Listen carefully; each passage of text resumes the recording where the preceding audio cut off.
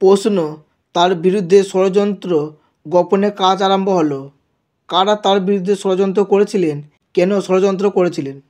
উত্তর, ফ্লোরেন্সে ডোমিনিকান সম্প্রদায়ের সনাতনধর্মী সন্ন্যাসী ও বিদ্যালয়ের নানা অধ্যাপক ও ছাত্র গালিলিওর বিরুদ্ধে গোপনে ষড়যন্ত্র করেছিলেন।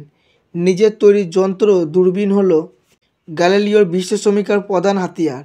আকাশের দিকে দূরবীন ফিরিয়ে গ্যালিলিও অনেক নতুন দৃশ্য দেখলেন। ওসব দৃশ্য মানুষের কল্পনার অতীত ছিল। চাঁদের পাহাড়, ছায়াপথের মধ্যে লক্ষ লক্ষ তারার সমাবেশ, নতুন নতুন অপগ্রহের খবর। পৃথিবীকে প্রদক্ষিণ করছে একটিমাত্র চাঁদ, বৃহস্পতির 4টি অপগ্রহ। আর বললেন, কোপার্নিকাসের মতবাদ অভ্রান্ত।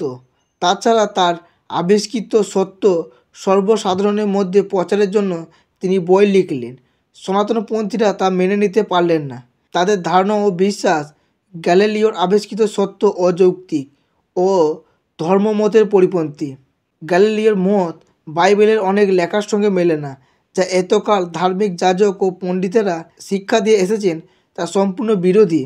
গ্যালিলিওর পৃথিবীর আক্ষিক ও বার্ষিক গতির ধারণা প্রকৃত ধর্মবিশ্বাসের বিরোধী। এই কারণে গ্যালিলিওর বিরুদ্ধে গোপন ষড়যন্ত্র। এখানেই সমাপ্ত। ভিডিওটি ভালো লাগলে লাইক করবে, তোমার কোনো কিছু জিজ্ঞাসা থাকলে কমেন্ট করবে এবং এই ধরনের ভিডিও পাওয়ার জন্য চ্যানেলটিকে সাবস্ক্রাইব করে পাশে থাকা বেল আইকনটিতে ক্লিক করে দেবে। ধন্যবাদ।